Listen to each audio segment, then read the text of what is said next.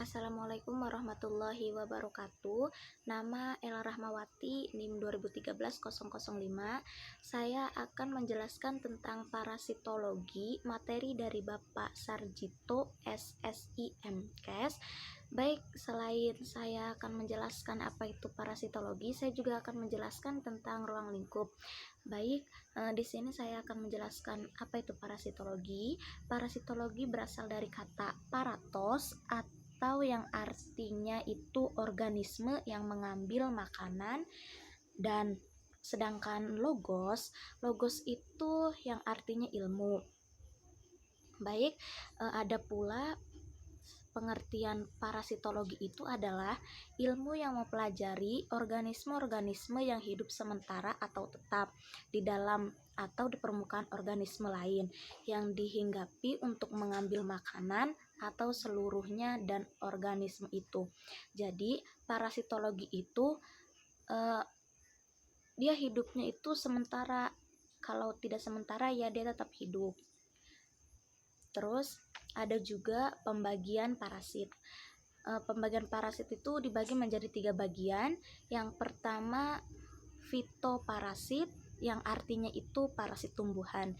Ada pula bagiannya yaitu jamur dan bakteri.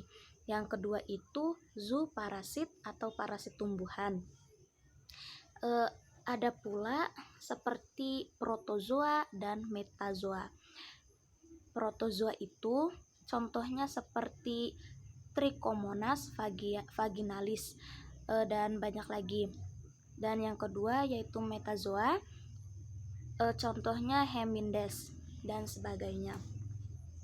Yang ketiga itu pembagian parasit yang ketiga ada Spirochaeta dan virus.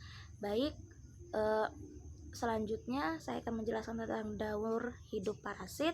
Daur hidup parasit adalah kepentingan mempelajari daur hidup parasit pada manusia adalah untuk mengetahui stadium dalam daur hidup parasit yang dipakai untuk kepentingan diagnosis. Dan menurut sifat hidupnya, parasit dapat dikelompokkan menjadi beberapa. Yang pertama ada menurut tempat hidupnya. Di dalam menurut tempat hidupnya itu ada beberapa parasit, yaitu ektoparasit, yang artinya parasit yang hidup di permukaan hospes. Contohnya itu sebagai Pediculus capitis. Dan ada lagi endoparasit. Endoparasit itu parasit yang hidup pada organ dalam hospes. Jadi endoparasit ini beda dengan ektoparasit. Kalau ektoparasit ini dia hidup di permukaan hospes, sedangkan endoparasit dia hidup pada organ dalam hospes. Selanjutnya, kelompokan kedua itu menurut keperluan akan hospesnya. Yang pertama ada parasit obligat. Parasit obligat itu yaitu parasit yang selalu membutuhkan hospes, akan mati jika tidak ada hospes. Misalnya itu cacing di perut ya. Sedangkan yang kedua parasit fakultatif. Parasit fakultatif itu parasit yang hidup dengan mengambil makanan pada hospes tertentu, tetapi juga dapat hidup tanpa hospes. Jadi parasit fakultatif ini berbeda dengan parasit obligat. Parasit obligat itu dia selalu membutuhkan hospes, kalau tidak ada hospes dia akan mati. Sedangkan parasit fakultatif dia tetap hidup walaupun tidak ada hospes. Contohnya itu nyamuk. Terus kelompok yang ketiga menurut jenis hospes yang dihinggapi. Ada parasit monoksen. Parasit monoksen itu parasit yang tinggal pada satu jenis hospes. Contohnya Ascaris lumbricoides. Yang kedua ada parasit poliksen. Parasit poliksen yang artinya parasit yang ditemukan pada lebih dari satu jenis hospes. Contohnya itu Toxoplasma gondii. Jadi perbedaannya itu kalau parasit monoksen itu dia hanya tinggal pada satu jenis hospes.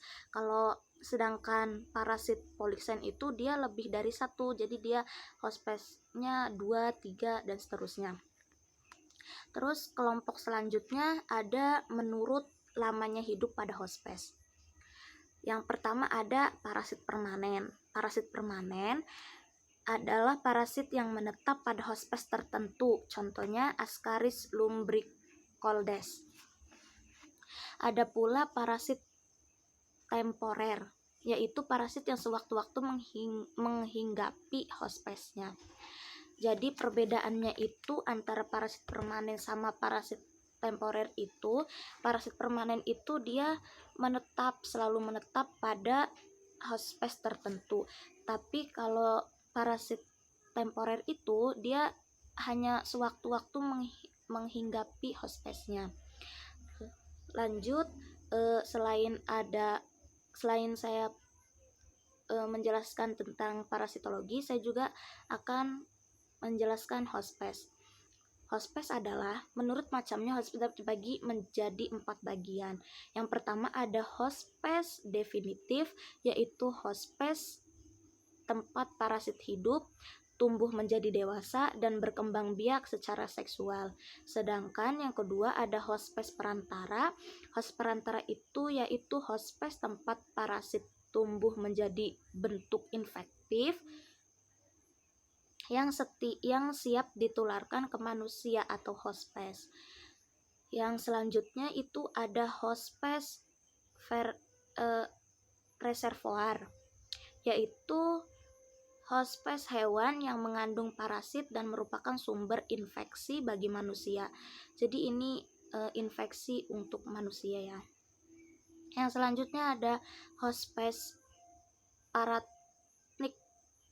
paratanik yaitu hewan yang mengandung stadium infektif parasit tanpa menjadi dewasa, dan stadium ini akan dewasa jika ditularkan pada hospes definitif. Jadi pada hospes ini dia jika tidak ditularkan pada hospes definitif, dia tidak akan menjadi dewasa, dia akan tetap menjadi dia sendiri. Tapi ketika dia ditularkan kepada hospes definitif, dia akan menjadi dewasa. Terus ada taksonomi parasit. Cara penulisan nama parasit diatur dalam International Code of Zoological Nomenclature. Terus ada juga tiap parasit digolongkan ke dalam spesies, genus, famili, ordo, kelas, filum, dan kingdom. Selanjutnya ada pemberian nama parasit diatur dalam sistem binomial, yaitu sistem 2 nama, yaitu genus dan spesies. Contohnya Ascaris lumbricoides. Contoh dari klasifikasi taksonomi nematoda adalah spesies, genus, famili, ordo, kelas, filum, dan kingdom. Ada lagi helmintologi. Helmintologi itu ada Helminths kelas nematoda. Di antaranya ada usus dan jaringan. Yang kedua Platyhelminthes, yaitu ada paru-paru atau lung flucus, ada usus atau intestinal flucus, ada darah atau blood flucus, dan ada hati atau liver flucus. Dan cara infeksinya adalah nematoda usus secara langsung, ada modifikasi tipe langsung, dan ada penetrasi kulit. Terus ada trematoda darah. Hospes dan penyakitnya ada 3 spesies, yaitu Schistosoma japonicum, yang kedua itu ada Schistosoma mansoni, yang ketiga ada Schistosoma haematobium. Terus ada selain hospes tadi, ada juga hospes definitif atau hospes manusia, hospes perantara atau binatang, dan ada morfologi dan daur hidup. Terus selanjutnya siklus hidup. Trematoda darah dan usus. Miracidium, Sporokista, Redia anak, Redia induk, Serkaria, dan Metaserkaria. Bentuk infektifnya itu Metaserkaria. Terus selanjutnya ada Dermatoda hati dan paru, yaitu ada Miracidium, Sporokista 1, Sporokista 2, dan Serkaria. Bentuk infektifnya adalah Serkaria. Terima kasih, itulah penjelasan dari saya. Mohon maaf apabila ada kesalahan. Wassalamualaikum warahmatullahi wabarakatuh.